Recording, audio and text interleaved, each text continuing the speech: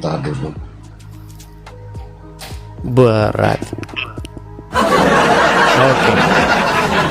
Dharma Lestari, saya konfirmasi sekali lagi karena tadi nutup kamera. Saya konfirmasi lagi. Anda seorang Muslim? Ya, Islam saya. Sudah lama nonton Edis TV? Nah, jarang ya. Tapi sudah pernah ya, sebelum-sebelumnya sudah pernah. Sebentar saya ingat. Kayaknya ya. Oke. Apa yang mau Anda utarakan? Pernah, Silakan. pernah.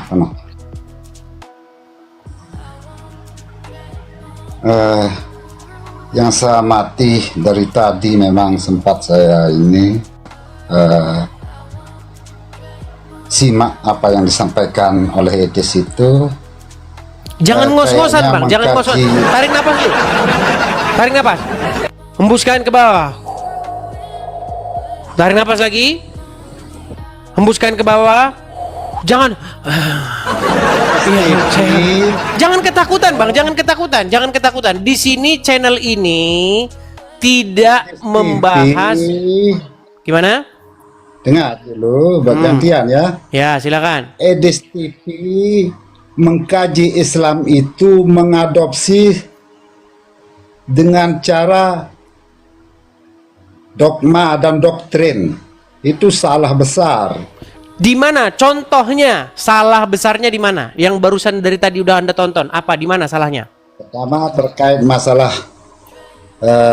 menuhankan Nabi.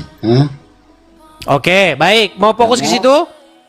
Terkait menuhankan dengan Yesus itu tidak bisa. Oke. Kalau Nabi ya tetap Nabi, Rasul tetap Rasul. Baik. Menurut Yesus Al-Quran kan ada tidak Nabi. nabi yang dituhankan? Tidak ada di Al-Quran itu. Jadi tidak ada nabi yang Ada. dipertuhan di dalam Al-Quran? Tidak ada. Oke, Cuma baik. satu di Islam, yaitu Allah Subhanahu wa Ta'ala itu sebagai Oke. Tuhan kami. Baik, Isa itu nabi nggak di dalam Al-Quran? Ya Nabi. Oke, dipertuhan nggak Isa itu oleh orang-orang Nasrani? Tidak ada yang pertuhan. Nah, kalau urusan Nasrani kita tidak tahu. Jadi tanya Islam. Memang Pendapat orang Islam, ini jangan makanya pendapat Nasrani. pelan. Dharma, tenang. Tadi Anda katakan Muhammad itu nabi. Maka kalau nabi mustahil dipertuhan oleh manusia. Kan gitu logikamu kan gitu. Ya, Oke. Di dalam Al-Quran Isa itu nabi nggak? Nabi. Ada nggak orang-orang yang mempertuhan dia? Maceh. Menseret. Tidak ada yang pertuhankan Nabi Isa itu Tuhan. Tenang. Isa itu adalah seorang nabi. Dan dia seorang manusia. Tetapi di dalam Al-Quran orang-orang Nasrani mempertuhan Isa itu yang adalah manusia. Betul atau salah? Kalau urusan di betul luar atau Islam itu salah? terserah. Betul atau salah? Bukan yang dipertanyakan kan Nasrani. Iya, yang saya tanyakan itu ada nabi yang dipertuhan, betul? Itu sudah salah besar itu. Kalau mempertuhankan Nggak Nabi. nyambung apa gimana sih? Makanya kurang-kurangin benturin kepala kamu ke aspal di jalan raya. Yang saya tanya, logikamu kan gini, Muhammad manusia, Muhammad adalah nabi, maka mustahil dia dipertuhan oleh manusia lainnya. Logikamu salah. Kenapa? Karena ada di dalam Al-Quran yang juga seorang nabi, yang Makanya. juga seorang manusia, tapi dipertuhankan manusia lain. Paham nggak? Yaitu ini orang Nasrani yang pertuhankan dia. Iya, artinya Kalau Muslim ada tidak. nabi yang dipertuhan, betul? Ya, Baik, kita lanjutkan. Saya tunjukkan hadisnya bagaimana Muhammad itu ketika dia sudah meninggal, dia tidak dimakamkan sampai 3 hari. Ya, saya tunjukkan. Hadis Muhammad tidak dimakamkan 3 hari. Perhatikan ya. Saya tunjukkan hadisnya.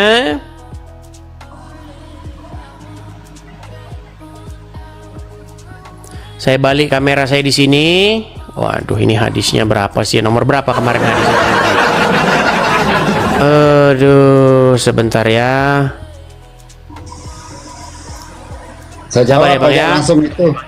Sekalipun tidak ditunjukkan hadisnya itu. Udah pernah dengar hadisnya? Ada, paham sedikit. Sebentar.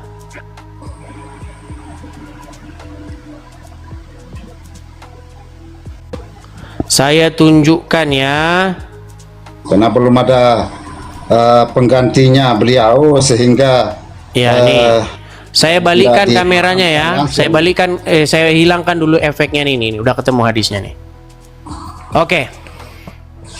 Ini mengenai bagaimana Muhammad itu tidak dikubur sampai 3 hari, berharap mereka bangkit Muhammad, tapi nggak bangkit.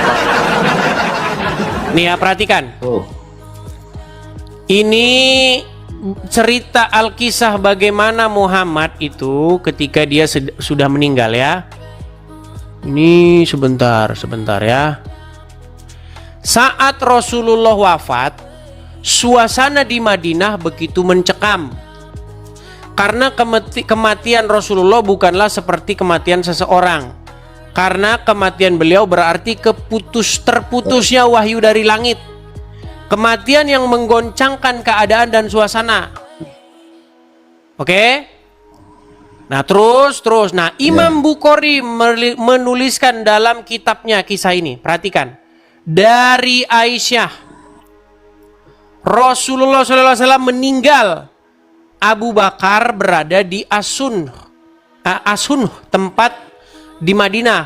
Lalu Umar berdiri dan berkata kepadanya. Umar bilang, demi Allah, Rasulullah tidak mati. Ini Umar nggak terima ini. Kalau Muhammad mati, nggak terima dia. Bagaimana mungkin Muhammad bisa mati? Nggak terima dia. Ya, Umar berkata, demi Allah, itulah keyakinan yang ada pada diriku. Nanti Allah akan membangkitkannya kembali dan akan memotong tangan dan kaki-kaki mereka. Maksudnya orang-orang munafik. Kemudian datanglah Abu Bakar menemui Nabi dan mencium jenazah beliau lalu berkata, sungguh baumu harum baik saat hidup maupun saat wafat. Demi Allah, dia tidak akan merasakan 2 kematian padamu. Abu keluar menuju masjid dan berkata, wahai orang yang bersumpah, maksudnya Umar, tenanglah kamu, tenang Umar ya. Saat Abu Bakar berbicara, Umar duduk mendengarkannya. Abu Bakar memulai dengan memuji dan menyanjung Allah dengan dia berkata, ingatlah, barang siapa yang menyembah Muhammad, ini loh. Barang siapa yang menyembah Muhammad, ketahuilah ya, barang siapa yang menyembah Muhammad, maka Muhammad sudah wafat.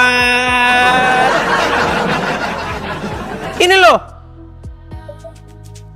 Siapa yang menyembah Muhammad, Muhammad sudah meninggal. Sekarang saya tanya, kenapa Umar berkata siapa yang menyembah Muhammad? Jawab, jangan panik. yang bertanya itu kan bukan Umar itu. Buset, nih orang udah dibaca. Memang, Bang, satu kata untuk Anda, sebentar. Satu kata untuk Anda. Kurang-kurangin benturin kepala ke ubin. Oke? Mumet saya ngomong udah udah kita setengah mati nunjukin dalil. Itu kan bukan Umar. Aduh.